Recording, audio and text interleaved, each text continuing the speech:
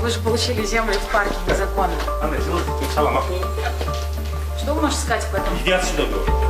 Так депутат Азиз Турсунбаев отреагировал на попытку журналистки Айзерек Иманалиевой получить комментарии по поводу участка земли в парке Ататюрк. Одним из собственников, по данным редакции КЛОП, был этот депутат парламента. Однако законодатель, видимо, не захотел распространяться на этот счет и всеми силами пытался избежать встречи с репортерами. Турсунбаев, он до этого еще не раз отказывался давать комментарии.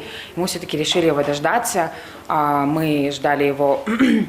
Получается, у двери его офиса вышел его помощник, сказал, что он на заседании, но он был в кабинете. И после этого сказал, что он в кабинете, и сказал, что Турсунбаев на самом деле передал земли государству, но на самом деле у нас были документы, по которым он продал землю. И мы его подождали, Турсунбаев подошел к двери, и за дверью был слышен шепот о том, что «Вы что, их не прогнали?» Ну, что-то вроде того.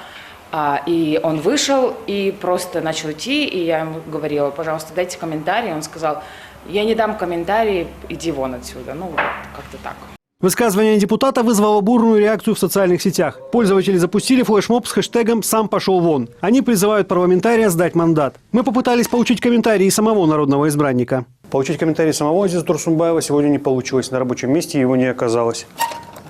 К слову, созвониться с ним тоже не получается, телефон отключен. Депутаты сейчас находятся в регионах для встреч с избирателями. Нашим коллегам из информационного агентства 24KG удалось получить ответ парламентария. Законодатель уверяет, что не планировал грубить журналистке и даже готов перед ней извиниться.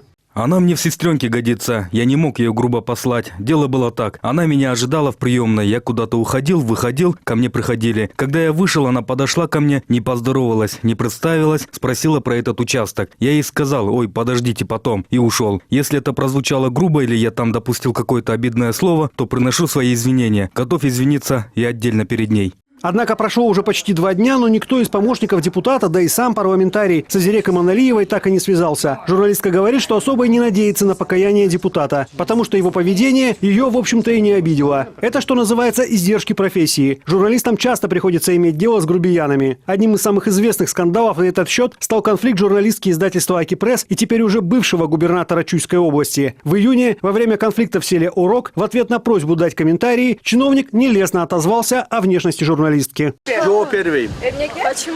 Лицо. Ваше лицо мне не нравится. Да, и только из-за Очень этого? неприятное лицо ваше, да. Вам только лицо не нравится? Да. Флешмоб, который был запущен в сетях, привел в конечном итоге к отставке чиновника. Еще одна акция была организована журналистами после того, как люди Адахана Мадумарова вытолкали репортеров с пресс-конференции «Политика». Это очень хорошая тенденция, когда гражданское общество поддерживает журналистов. Это показывает, что журналистская деятельность имеет какую-либо значимость для общества в целом. И это во многом также мотивирует журналистов продолжать свою работу и требовать от тех же самых чиновников большей отчетности и более прозрачной работы.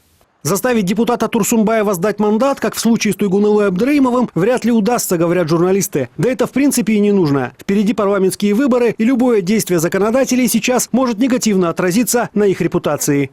Игорь Потанин, Нурбек Капаров, НТС.